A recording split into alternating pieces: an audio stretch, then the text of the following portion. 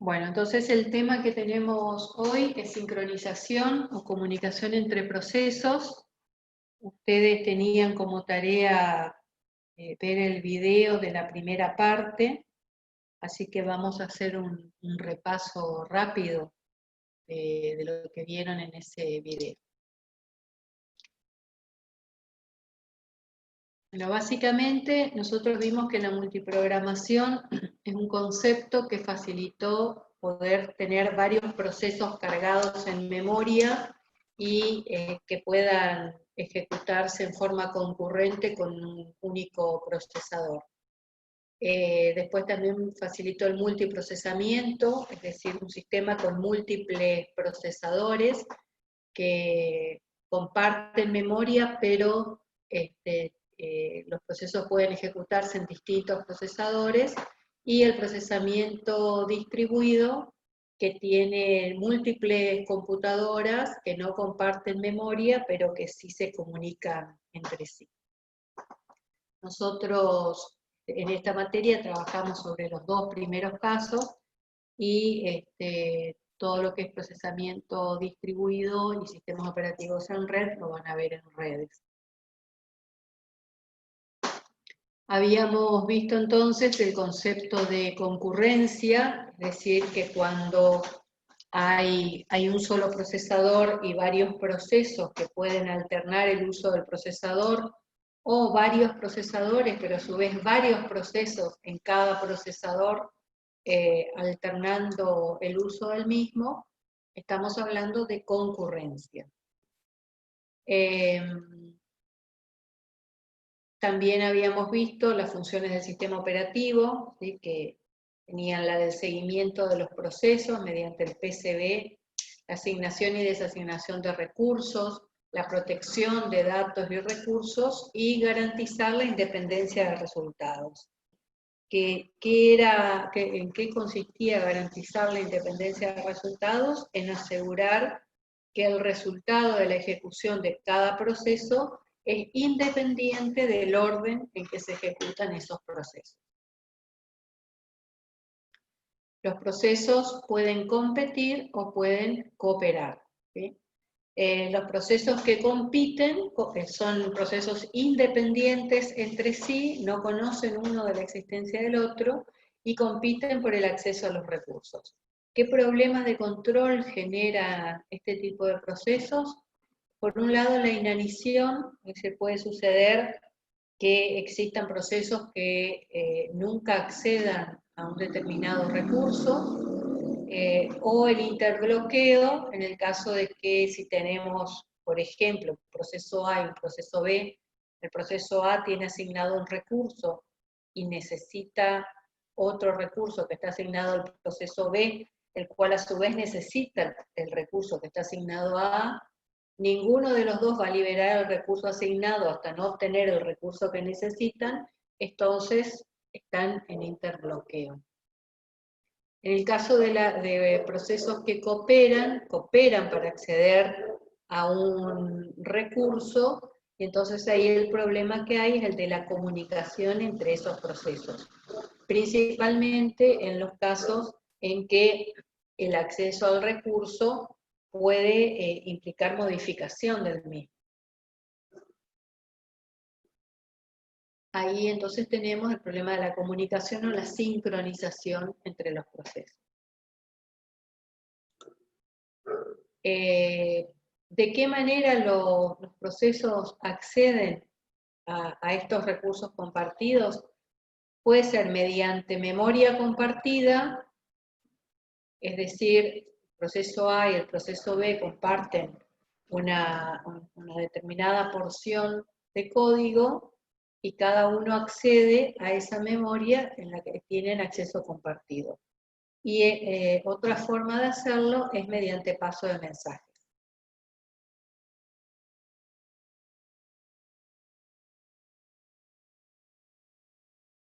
Bueno, en el caso, por supuesto, de la memoria compartida, el programador es el responsable por el acceso y la manipulación de la memoria, y en el paso de mensajes es el sistema operativo el que provee los medios para esa comunicación.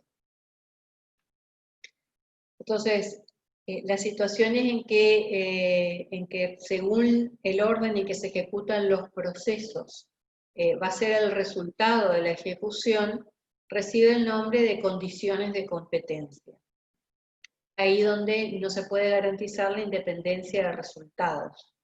¿Cómo se soluciona este problema? Mediante la exclusión mutua, es decir, asegurando un mecanismo mediante el cual los procesos accedan en orden al recurso compartido y que no accedan a la vez al recurso compartido, que cuando un proceso accede a esa porción de memoria o al recurso que comparten, los demás que tienen acceso, que comparten el acceso, no puedan acceder en el mismo momento.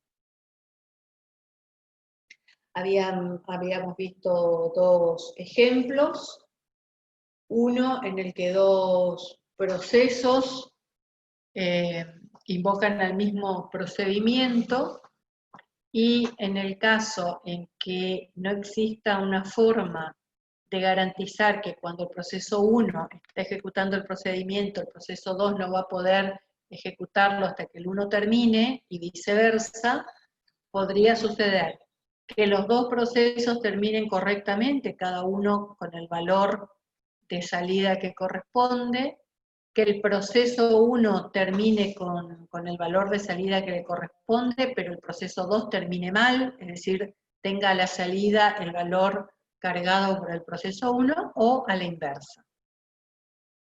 El otro ejemplo que habíamos visto era el de la cola de impresión, que la porción del código en el que un proceso va a cargar los datos de su archivo, del archivo para imprimir en la cola de impresión, si no se garantiza que mientras un proceso no terminó de ejecutar ese código, ningún otro proceso lo va a ejecutar, podría suceder que dos procesos coloquen los datos de sus archivos en la misma entrada y solo uno va a imprimir, el último que sobrescribió al primero.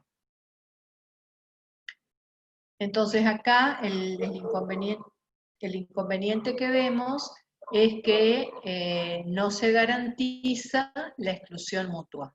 No se garantiza que cuando un proceso comienza a ejecutar una porción de código que es compartida, ningún otro proceso pueda ejecutarla hasta que el proceso anterior la abandone, o sea, termine.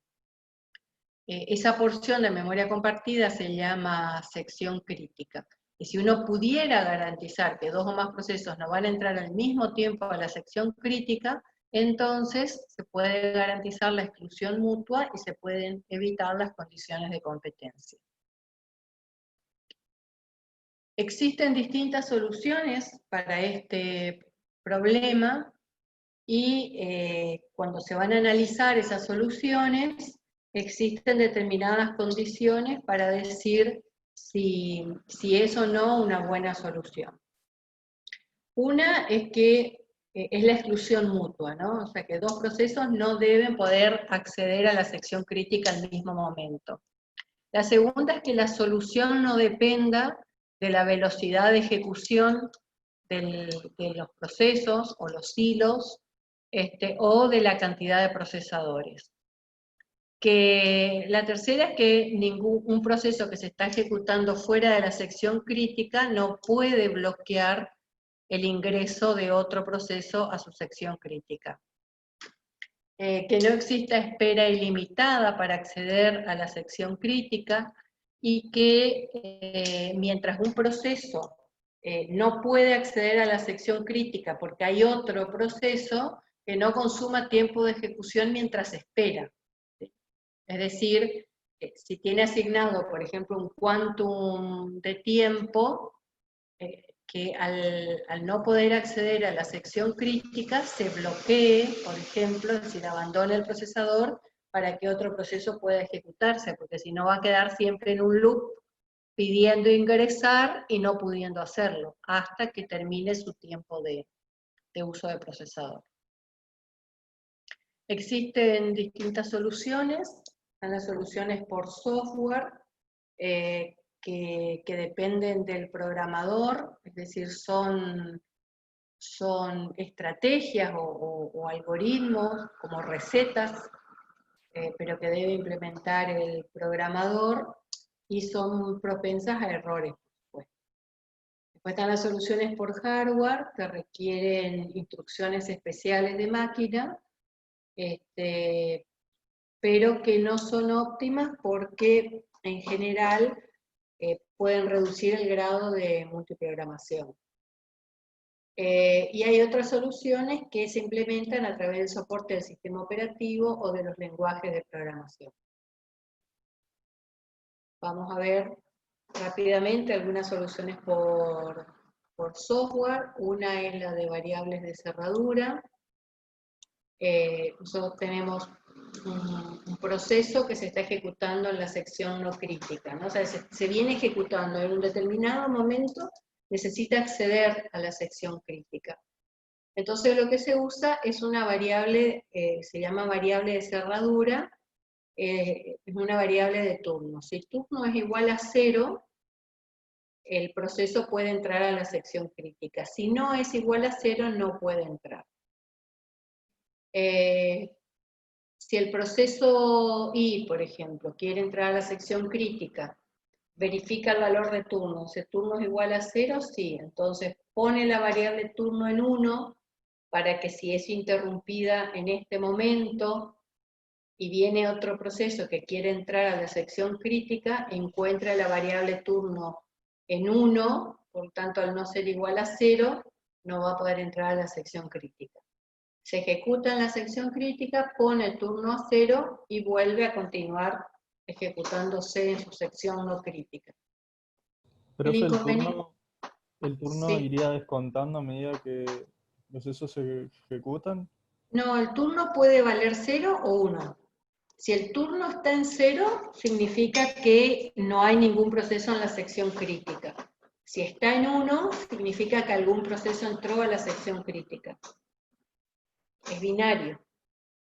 Porque solamente puede haber tendría que haber solamente un proceso en la sección crítica. Exactamente.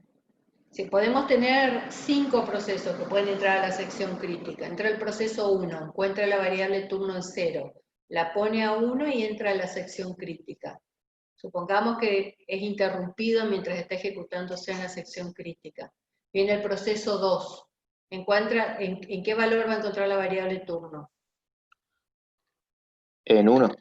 En 1, ¿sí? Porque el proceso 1 ya la puso en 1. Entonces no va a poder entrar a la sección crítica.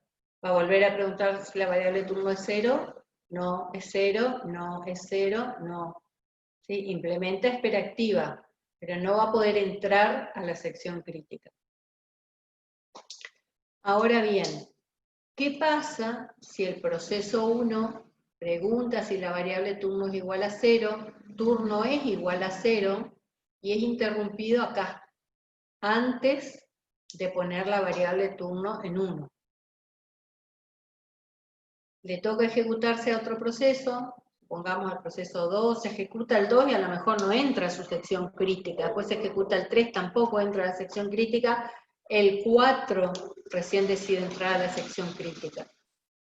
Viene y pregunta por la variable turno, y turno sigue estando en 0, porque el proceso 1, cuando preguntó por la variable turno, no llegó a ejecutar esta instrucción en que pone a turno en 1. Por lo tanto, el proceso 4 encontró la variable turno en 0, la pone en 1 y entra a ejecutarse en la sección crítica. Y supongamos que es interrumpida, vuelve a ejecutarse 1 antes de que se ejecute 4. ¿Desde dónde se va a ejecutar 1? Desde la instrucción siguiente a la última que ejecutó, o sea, desde acá, ¿sí? Desde poner la variable turno en 1. Va a poner la variable turno en 1 y va a ingresar a la sección crítica. Y vamos a tener a dos procesos, el 1 y el 4, dentro de la sección crítica al mismo tiempo. ¿Se entendió? Sí, Bien, profe. Sí, profe. muy bien. Profe, ese es el caso de cuando tienen memoria compartida, ¿no? Porque el otro Sí, método era por paso de mensaje. por paso de mensaje se lo vemos al final. Ok. Bueno, después tenemos la alternancia estricta, que lo que dice es, a cada proceso va a poder entrar a la sección crítica cuando sea su turno. Entonces vamos a empezar con el turno para el proceso 0 o para el proceso 1. Cuando el proceso 1 entra a la sección crítica, y cuando sale va a poner el turno en 2. Cuando 2 entra a la sección crítica y termina, va a poner el turno en 3, y así. Entonces, cuando un proceso quiere ejecutarse en la sección crítica, va a preguntar si es su turno. Si no es su turno, no va a poder entrar a la sección crítica. Si es su turno, se va a ejecutar en la sección crítica y cuando termine va a decir, ahora es el turno del que me sigue. ¿Sí? ¿Cuál es el inconveniente de esto? Que supongamos que tenemos el proceso 1. ¿Es el turno de 1? Sí. Se ejecuta en la sección crítica y dice, ahora es el turno de 2. ¿Sí? Después viene, o sea, 2 no, se está ejecutando, no pide ejecutar en la sección crítica. ¿Sí? Supongamos, no manda a imprimir nada durante todo este tiempo. Viene el proceso 3. El proceso 3 dice, ¿es mi turno? No. Y no va a poder entrar. ¿Y quién le está impidiendo entrar? 2, que tiene el turno, pero no tiene intención de entrar a la sección crítica. Es decir, un proceso que está fuera de la sección crítica puede bloquear el acceso a otro proceso. Profe, ¿también puede pasar eso si un proceso tiene 2 secciones críticas? ¿O no? Porque termina su primera sección crítica, aumenta el turno y nunca vuelve a cero según lo que se ve ahí. Y lo que sí va a volver a cero cuando termine de dar vuelta por todos los procesos. Pasa que a lo mejor un proceso puede tener más de una sección crítica y con diferentes procesos. Claro. Por ejemplo, puede estar accediendo a una base de datos a la que acceden algunos procesos y a otra base de datos a la que acceden otros procesos, por ejemplo.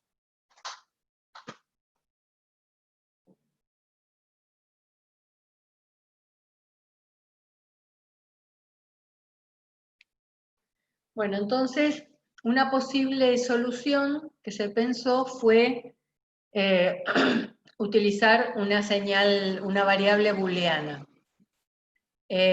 Inicialmente, todas las variables booleanas están en falso. ¿Sí? O sea, ningún proceso quiere entrar a la sección crítica. Cuando un proceso quiere entrar a la sección crítica, esto se da, el ejemplo es para 2 procesos, ¿no? Tenemos el proceso I y el proceso J. Entonces, inicialmente I, la señal de I está en falso y la señal de J está en falso. Cuando I quiere ejecutarse en la sección crítica, pregunta si la señal de J es verdadero. Como está en falso, entonces ejecuta la siguiente instrucción, pone su señal en verdadero. Entra a la sección crítica y cuando termina pone su señal en falso. Mientras la señal de I está en verdadero, si entra J, J va a preguntar por la señal de I. Va a decir, ¿la señal de I es verdadero? Sí, entonces no va a poder entrar a la sección crítica. Ahora bien, ¿qué podría pasar? Que I pregunte, ¿la señal de J es verdadero? No. Y es interrumpida antes de ejecutar esta instrucción.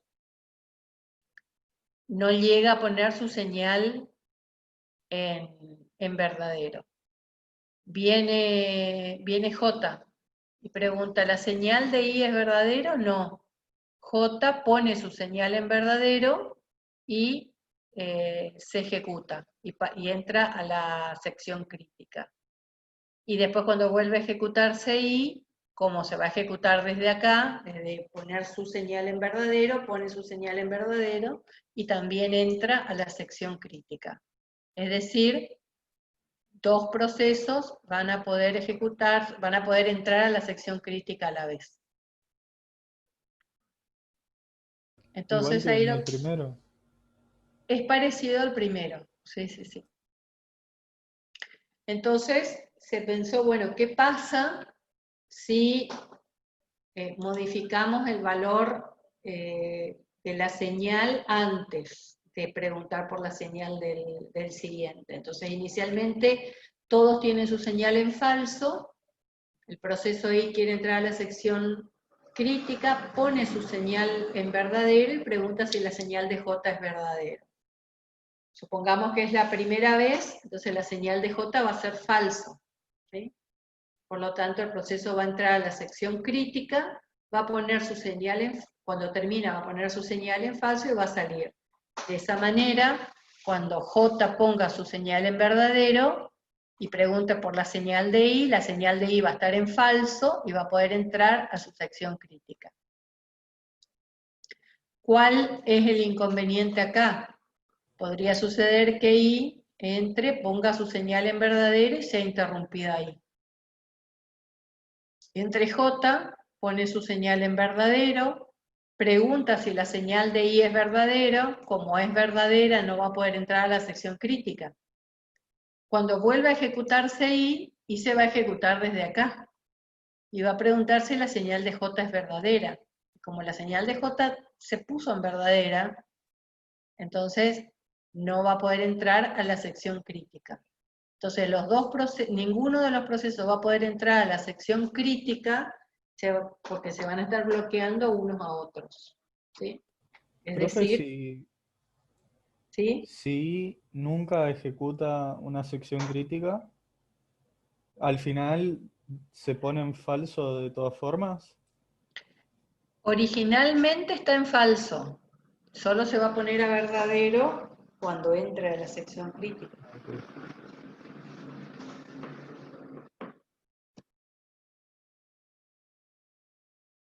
Bueno, entonces, el algoritmo de Peterson lo que propone es usar esas dos variables, la señal y el turno, pero en una única instrucción, indivisible, es decir, que esas dos acciones puedan realizarse sin interrupciones. Entonces dice, bueno, inicialmente la señal de todos los procesos está en falso. Y el turno no importa, podrá empezar en el primero. Cuando un proceso quiere entrar a la sección crítica, va a poner su señal en verdadero y va a decir que el turno es del otro. Y cuando pregunte, va a preguntar si la señal del otro es verdadero y el turno es del otro. Porque si es así, el otro proceso entró antes que él y puso su señal en verdadero, y él le dio el turno, por lo tanto no va a poder entrar porque le toca ejecutarse al otro proceso en la sección crítica. Si esto no es así, supongamos que se ejecutan por primera vez, la señal de I se pone a verdadero y el turno es de J, va a preguntar si la señal de J es verdadero, no, porque inicialmente está en falso, y entonces va a poder entrar a la sección crítica. Acá se cumplen todas las condiciones, menos la de la espera activa, ¿sí? Pero este algoritmo resuelve el problema de la exclusión mutua.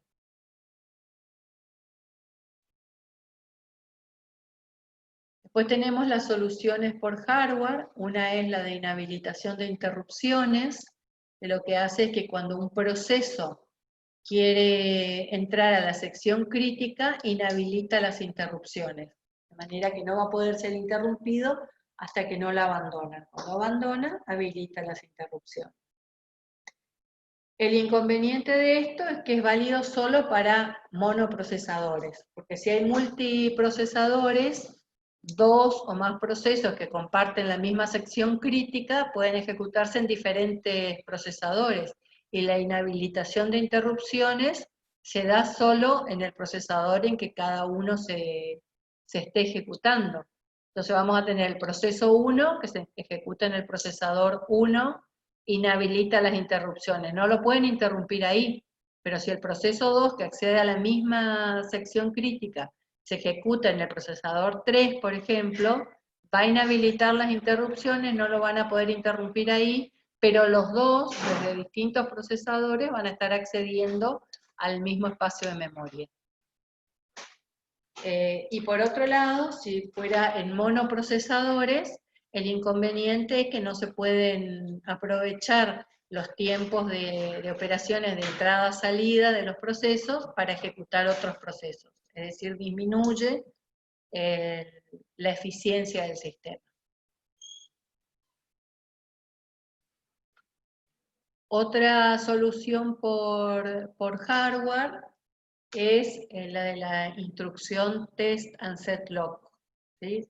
TSL, que lo que hace es modificar, es como si fuera una solución de variable de cerradura, pero también con una instrucción que hace más de una acción a la vez.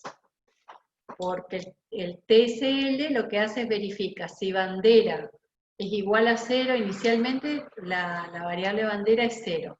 Entonces, si inicialmente es 0, lo pone a 1 y devuelve el valor de verdadero. Y si bandera es igual a 1, devuelve falso.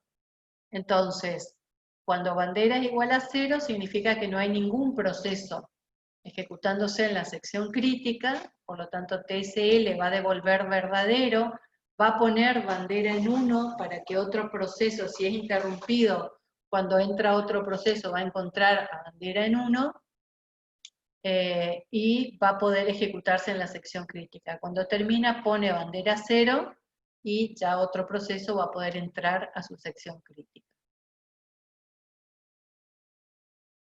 Y las otras instrucciones especiales de máquina son las de intercambiar. Es decir, acá se usa una variable global, que es la variable de cerradura, cerrojo, que es la misma para todos los procesos, y una variable local, que es llave. Entonces, inicialmente, cerrojo está en 0 y llave para todos los procesos está en 1. Entonces, cuando un proceso quiere entrar a la sección crítica, hace un swap entre llave y cerrojo. Si cerrojo estaba en 0, ahora llave va a pasar a tener 0 y cerrojo 1. En la siguiente instrucción va a preguntar por el valor de llave, que obtuvo el valor de cerrojo. Entonces, si es igual a 0, significa que puede entrar a la sección crítica porque no hay otro proceso en la sección crítica. Ahora, si es igual a 1 es porque cuando hizo el swap, cerrojo estaba en 1, que significa que había algún proceso en la sección crítica, y por lo tanto, llave va a ser igual a 1 y no va a poder entrar a la sección crítica. Bueno, estas son las soluciones que ustedes tenían para ver en el video de sincronización de la primera parte.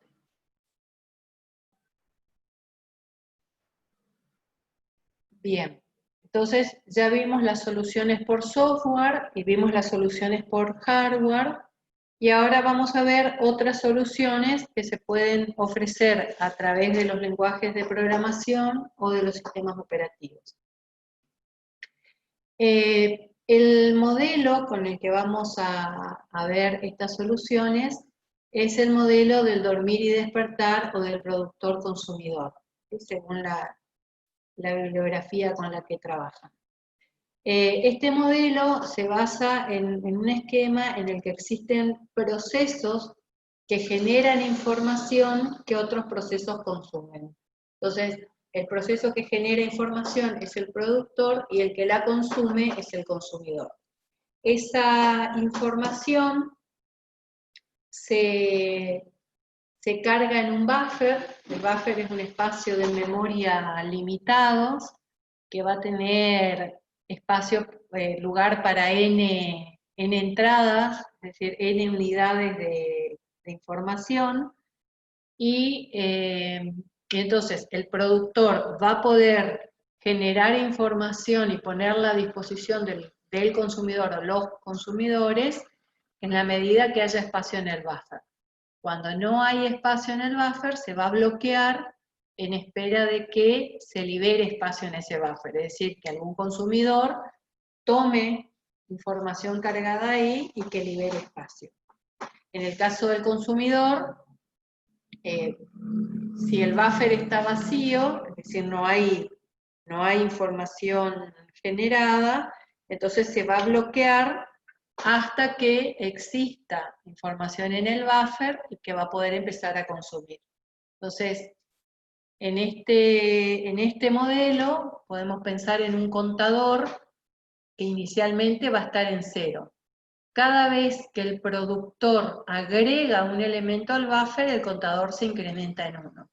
Cada vez que el consumidor saca un elemento del buffer, es decir, lo lee, el contador se va a decrementar en 1. Entonces, cuando se ejecuta un proceso productor, va a preguntar por el valor del contador. Si el contador es igual a n, significa que se cargaron en el buffer n elementos y no se sacó ninguno. Por lo tanto, el productor se va a tener que bloquear en espera de que se libere espacio en el buffer. Si el contador no es igual a n, significa que hay espacio para agregar información, por lo tanto el productor va a agregar un elemento y va a incrementar el contador. Cuando incrementa el contador antes de volver a ejecutarse, va a verificar si el contador es igual a 1. Y si es igual a 1, va a despertar a un consumidor. ¿Por qué? Porque si el contador se puso a 1, es muy probable que se haya querido ejecutar un proceso consumidor que cuando encontró el contador en 0, que significa que el buffer está vacío, se bloqueó. Entonces, cuando el productor agrega un elemento al buffer, si el contador se pone en 1, va a enviar una señal a la cola de procesos consumidores bloqueados para desbloquear a 1 y pasarlo a la cola de listas. Y después va a continuar ejecutándose. Si el contador no es igual a 1, es superior a 1, entonces el productor continúa ejecutándose. En el caso del consumidor, si el contador es igual a 0, se va a bloquear. Si no es igual a 0, significa que hay elementos para leer en el buffer, va a leer un elemento y va a decrementar el contador en 1, porque ahora ya sacó un elemento del buffer. Si el contador es igual a n-1, entonces va a enviar una señal para desbloquear a un proceso productor, porque puede haber sucedido que como el contador era igual a n, algún proceso quiso ejecutarse, algún productor quiso ejecutarse, encontró que el contador era igual a n y se bloqueó en la cola de procesos productores. Entonces, el consumidor va a enviar una señal para tomar un proceso de esa lista de procesos bloqueados y pasarlo a la cola de listos. Y después continuará su ejecución. Es decir, el productor desbloquea al consumidor y el consumidor desbloquea al productor. Profe, una pregunta. ¿Sí? ¿Va a llegar en algún momento a valer n el contador? Porque todo el tiempo parece como que se produce y se consume, digamos. No, porque no se ejecutan uno a uno. O puede tener un productor que carga N elementos en el buffer sin que le toque ejecutarse a un consumidor, por ejemplo. Claro, y en ese caso, ¿cómo entraría el consumidor? Porque el productor y el consumidor son procesos que pueden ejecutarse concurrentemente. El proceso consumidor se va ejecutando y va ejecutándose independientemente del productor, pero en algún momento puede necesitar información que genera el productor. Entonces ahí va a ir a buscar esa información. O lo mismo el productor, puede ser un proceso que se ejecute independientemente, pero en algún momento genera información que es necesaria para otro proceso o para otro hilo. ¿sí? Y entonces en ese caso va a acceder a ese buffer compartido. No significa que son dos procesos que solo funcionan uno para generar la información al otro, sino que tienen su propio funcionamiento, pero en algún momento uno genera información que necesita el otro, y este otro consume información generada por el productor. En el caso del uso de semáforos, los semáforos son variables sobre las que se hace alguna acción, ¿no? Que puede ser wait o signal, up o down o wait o signal. Sí, ya vamos a ver ahora. El semáforo full, o sea, son valores numéricos. El semáforo full va a ir contando las entradas ocupadas en el buffer. El semáforo empty va a contar el número de entradas vacías en el buffer. Y mutex es un semáforo binario, puede valer 0 o 1. Y es el que va a garantizar la exclusión mutua, el que va a definir según el valor de mutex si un proceso puede entrar o no a la sección crítica, ya sea a generar información o a retirar información. Las operaciones sobre los semáforos son down o wait, según la bibliografía con la que estudien, y up o signal.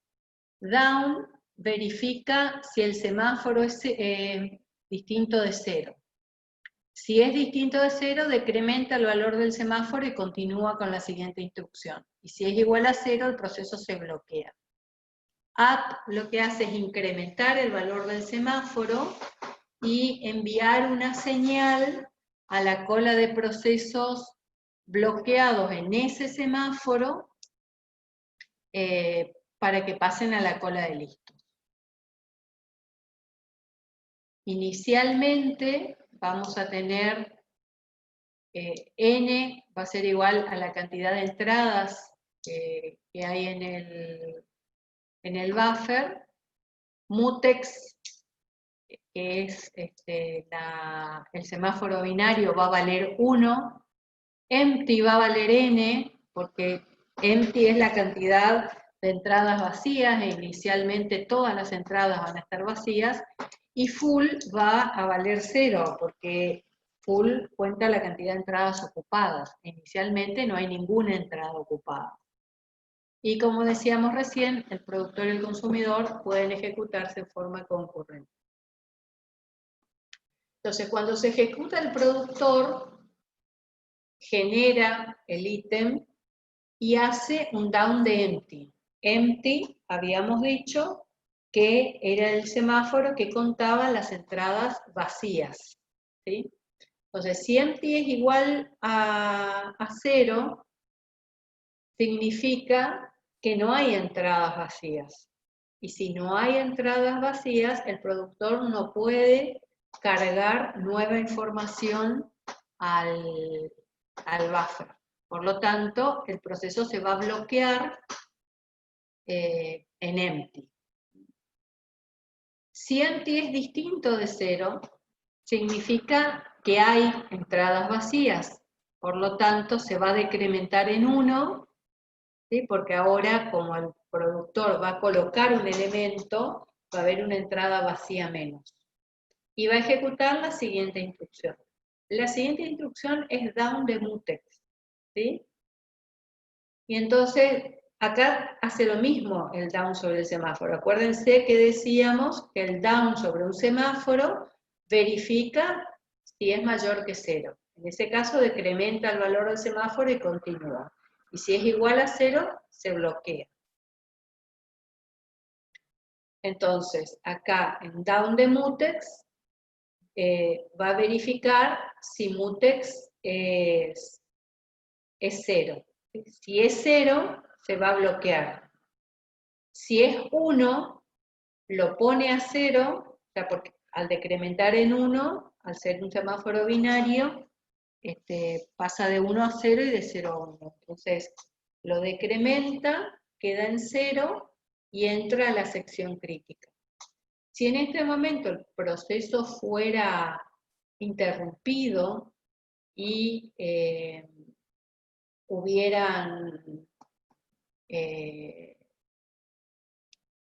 y otro proceso productor quisiera entrar a la sección crítica, al hacer el down de mutex, se encontraría con mutex igual a 0.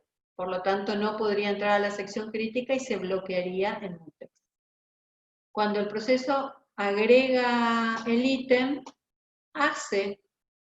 cuando termina, digamos, de la sección crítica, hace un up de mutex, entonces pasa de 0 a 1, ahora mutex queda habilitado para que otro proceso pueda entrar a la sección crítica, y envía una señal para desbloquear un proceso que esté bloqueado en mutex.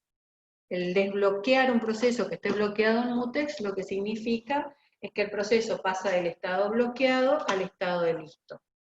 Después hace un up de full, que lo que hace es incrementar full, ¿sí? Porque ahora va a haber full, acuérdense que es el semáforo que cuenta la cantidad de entradas ocupadas.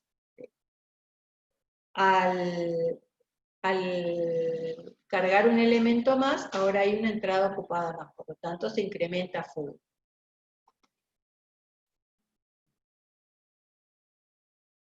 Y se desbloquea un proceso consumidor.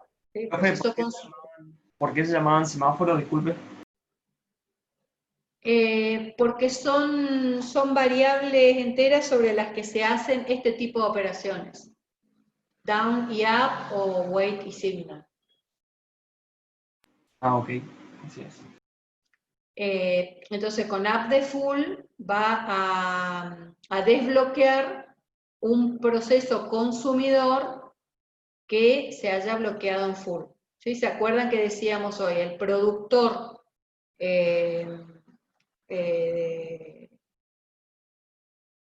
desbloquea al consumidor y el consumidor desbloquea al productor. El proceso consumidor hace algo similar, pero para la lectura, hace un down de full, es decir, el semáforo sobre el que actúa es el de las entradas ocupadas. Si full es igual a 0, significa que no hay ninguna entrada ocupada, ¿sí? Por lo tanto, el proceso se bloquea en full. Si full es distinto de 0, entonces decrementa full, porque ahora va a haber una entrada ocupada menos. El proceso consumidor va a leer un elemento y va a tener una entrada libre menos. Después hace un down de mutex, ¿sí? Si mutex es igual a 0 se bloquea porque ya hay otro proceso en la sección crítica, y si es igual a 1 lo pone a 0 y entra a la sección crítica, es decir, toma el elemento del buffer. Cuando termina, hace un up de mutex, acá mutex pasa de 0 a 1 y envía una señal para desbloquear un proceso bloqueado en mutex. Y después hace un up de empty, donde incrementa la cantidad de entradas vacías, porque ahora hay una entrada vacía más, y desbloquea un proceso productor.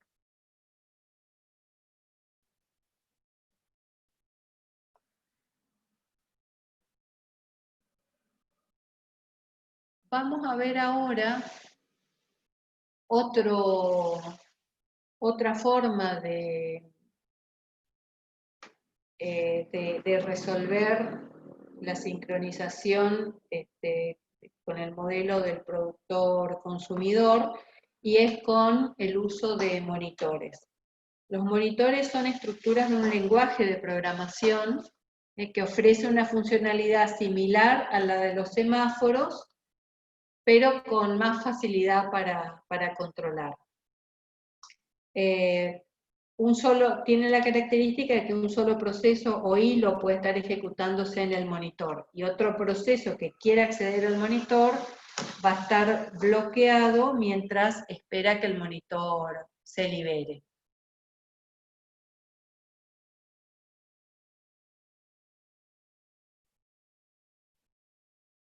Este es un esquema de cómo funciona el monitor. Para entrar a ejecutarse el monitor hay una cola de entrada de los procesos, una cola de espera, en la que los procesos van a entrar en el orden en que les corresponda, y lo hacen invocando alguno de los métodos, ¿sí? O el procedimiento productor o el del consumidor.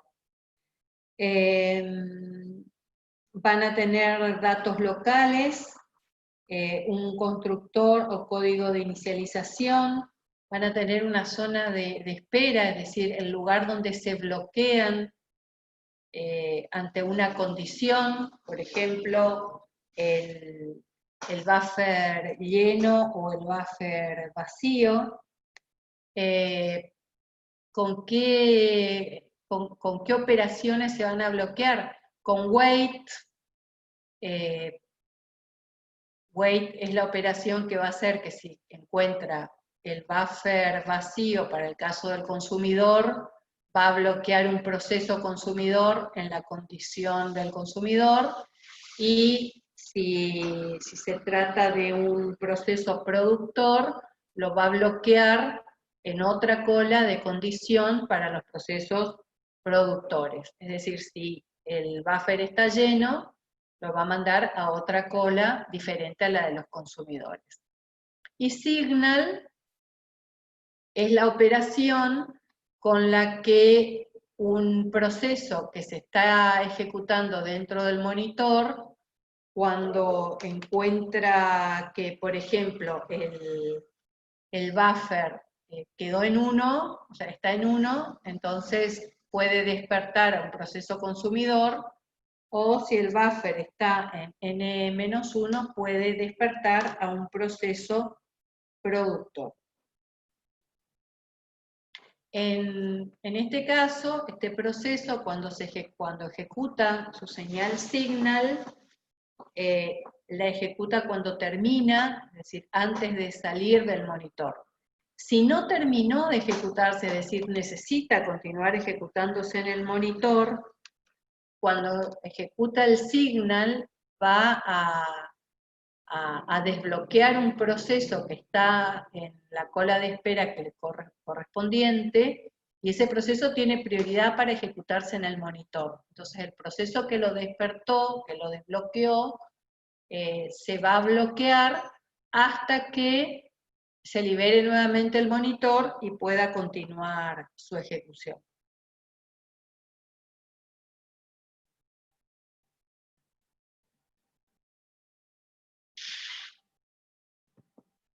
Bueno, acá está en palabras lo que teníamos en la diapositiva anterior en gráfico. Y bueno, tenemos que el productor y el consumidor pueden ejecutarse en forma concurrente. ¿Cómo podríamos verlo a nivel de bloques, no? Decimos, bueno, el productor, ¿qué hace? Produce un ítem y después lo agrega al buffer. Entonces, ¿en qué consiste este productor-consumidor agregar? En implementar un algoritmo como el que habíamos visto inicialmente para el modelo del dormir y despertar. ¿Sí? Va a arrancar con un contador igual a 0, y entonces si el contador es igual a n, se va a bloquear en full. ¿Por qué? Porque si el contador es igual a n, significa que ya se cargaron datos en todas las entradas del buffer y no hay entradas libres. Estaríamos sobreescribiendo algo, entonces se bloquea en full. Si el contador no es igual a n, entonces agrega un ítem e incrementa el contador. Y como en el caso que habíamos visto, si el contador es igual a 1, va a enviar una señal a empty. Empty es la otra cola de espera donde va a estar bloqueado algún proceso consumidor. Y si el consumidor tiene que, si el proceso no terminó, entonces se va a bloquear hasta que el proceso consumidor que desbloqueó y que tiene prioridad para ejecutarse en el monitor, termine de ejecutarse y él pueda continuar en el monitor. En el caso del consumidor lo que hace es ejecutar productor-consumidor leer. Y hace lo mismo. Pregunta si el contador es igual a 0. Si es igual a 0, se bloquea en empty. Si no es igual a 0, consume el ítem, decrementa el contador, y si el contador es igual a n-1, va a enviar una señal a full para desbloquear un proceso productor que se hubiera bloqueado en full. Si el proceso no terminó, el proceso productor no terminó, entonces se va a bloquear hasta que se libere otra vez el monitor, y si terminó, sale del monitor. Bueno, esto en cuanto a los monitores. Y ahora vamos a ver el paso de mensajes. El paso de mensajes trabaja con un formato de mensaje que tiene una cabecera y un cuerpo. En el cuerpo del mensaje está el contenido y la cabecera tiene información sobre el mensaje. ¿Qué información tiene? Bueno, quién envía el mensaje, a quién se lo envían, el tamaño del mensaje, información de control adicional, como puede ser un puntero a una lista enlazada de mensajes, un número de secuencia, una prioridad, el tipo de mensaje. Los mensajes se pueden atender en el orden en que llegan, o bien se pueden atender por prioridades, ¿sí? Porque en realidad puede suceder que existan mensajes que son más urgentes que otros, entonces se establece un sistema de prioridades que puede ser en función del tipo de mensaje, o bien en función de la decisión del emisor, de la prioridad que le da el emisor.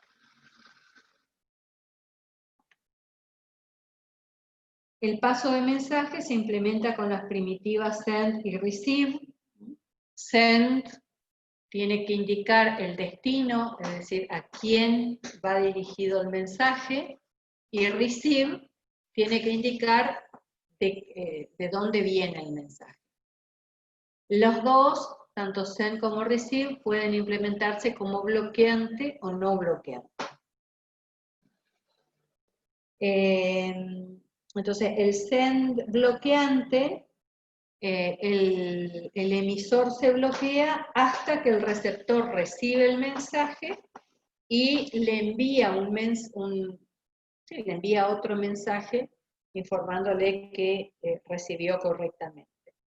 El send no bloqueante, el emisor envía el mensaje y continúa enviando mensajes sin esperar confirmación de recepción.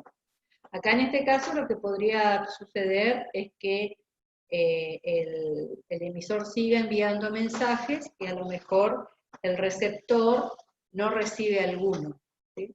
Entonces acá lo que se puede usar son como números de secuencia. El emisor va enviando los mensajes informando el número de secuencia, es decir, 1, 2, 3, 4, 5, 6, y el emisor, a medida que los va recibiendo, va informando, recibí el 1, recibí el 2, recibí el 3. Entonces, el emisor cada cierto tiempo revisa a ver si todos los mensajes enviados en la secuencia correcta, en la secuencia adecuada, fueron recibidos por el receptor en esa secuencia, o si falta alguno. En ese caso, podrá reenviar el mensaje. Otra forma de implementarlo es que no sea necesario que el receptor informe que recibió el mensaje, porque se implementa un sistema de detección y corrección de errores. Entonces, el receptor tiene suficiente información sobre el mensaje como para detectar si llegó con errores y corregirlo. El receive bloqueante, el proceso que ejecuta el receive se bloquea hasta recibir el mensaje, y el no bloqueante ejecuta el receive, pero continúa ejecutándose. La forma más natural de send es no bloqueante, ¿sí? Es decir, que el emisor continúe enviando mensajes sin esperar respuesta, y en ese caso, bueno, la solución es al problema de que por ahí el mensaje no se reciba, es algún tipo de control, ya sea de intercambio de información entre el emisor y el receptor para saber que la información llegó bien, o agregando un código de detección y corrección de errores. Y el receive bloqueante es la forma más natural de esta primitiva, porque normalmente un proceso que requiere determinada información la necesita para continuar ejecutándose.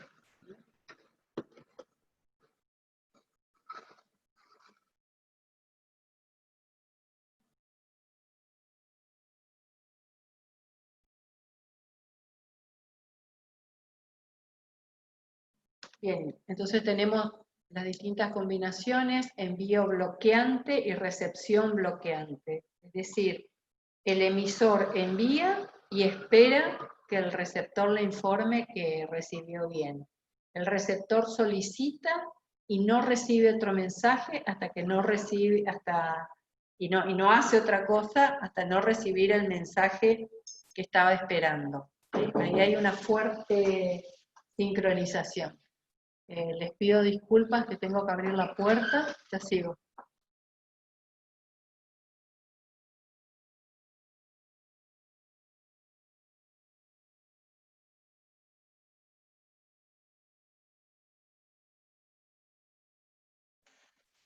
Bueno, seguimos. Si el envío es no bloqueante y la recepción es bloqueante, entonces un proceso puede enviar varios mensajes a varios destinos tan rápido como sea posible, pero el receptor no puede recibir mensajes hasta que, nuevos mensajes hasta que no reciba el que está esperando. Y después tenemos el envío no bloqueante y la recepción no bloqueante, en el que nadie espera, ¿no? Ni el emisor ni el receptor.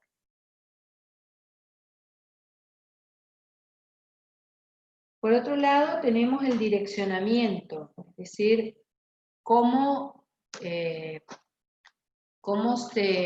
especifica el destinatario en un mensaje. Tenemos por un lado el direccionamiento directo, donde el envío de mensajes es de proceso a proceso, ¿sí? Es decir, es necesario conectar dos procesos específicamente para que puedan compartir información. Y tanto send debe conocer quién es el destinatario, como el receive debe conocer quién o quiénes le pueden enviar información. En el direccionamiento indirecto, ahí los mensajes no se envían de un proceso a otro en forma directa, sino que se utilizan buzones, ¿sí? Buzones o mailboxes. Entonces, un proceso envía un mensaje al buzón que corresponde y otro proceso los toma de ese buzón. Entonces, acá no es necesario que el receptor esté atento a que llegue el mensaje. Cuando el mensaje llega, lo podrá tomar desde el buzón.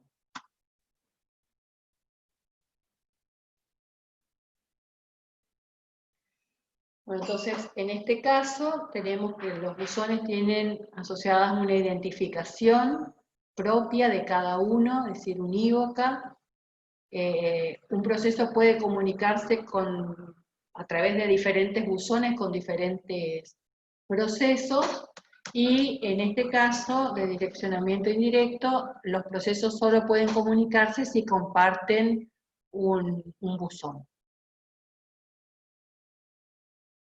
Y ahí, tanto el emisor como el receptor saben que el emisor envía al buzón A y el receptor toma desde el buzón A. Las distintas formas de relacionarse entre emisores y receptores puede ser una relación de uno a uno, es decir, es un enlace privado de comunicación entre dos procesos, de uno a muchos, es decir, un proceso que genera información y que puede ser tomada por varios procesos receptores, muchos a muchos y muchos a uno. En este modelo de muchos a uno, el buzón recibe el nombre de puerto, porque está asociado al receptor. Se crea con el receptor y se destruye cuando termina el proceso receptor. Por ejemplo, este muchos a uno puede ser útil en los casos de comunicaciones cliente-servidor, ¿sí?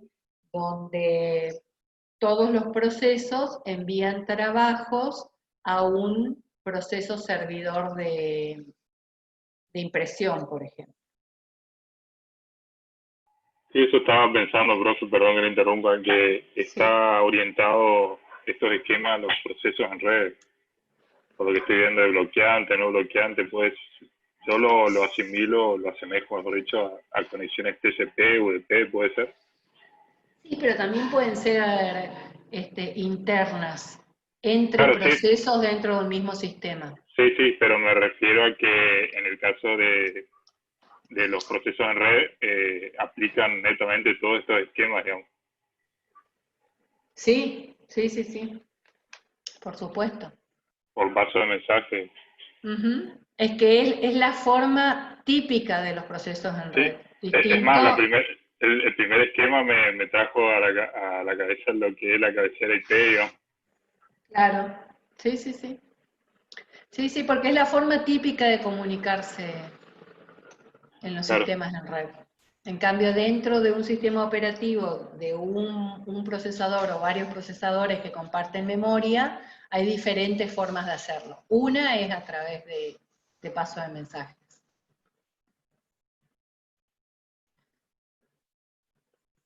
Bueno, esto es lo que estábamos diciendo. El puerto está asociado a un proceso particular y por eso se dice que la asociación es estática. Cuando se crea, se asigna ese proceso en forma permanente y se destruye cuando ese proceso termina.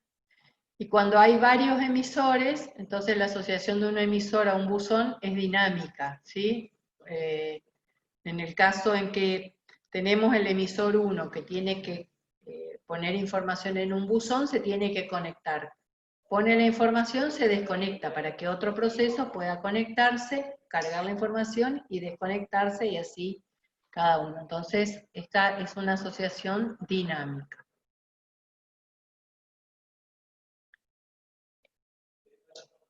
Bueno, los puertos, entonces habíamos dicho, son creados por el proceso receptor, se destruyen cuando el proceso termina. Los buzones, el sistema operativo puede ofrecer un servicio de creación de buzones. Cuando los crea un proceso, son propiedad del proceso y se destruyen cuando el proceso que los creó termina. Y cuando lo crea el sistema operativo, entonces es el sistema operativo que tiene que implementar una orden explícita para destruir el buzón. En el caso del productor y consumidor, o sea, cómo se implementa la comunicación mediante receive bloqueante y send no bloqueante, es mediante un token o mensaje nulo, que se entrega solo a un proceso, ¿sí? Aquel al que le corresponde tomar el mensaje. Ese es el que va a poder cargar su mensaje dentro de ese mensaje nulo y ponerlo en el buzón.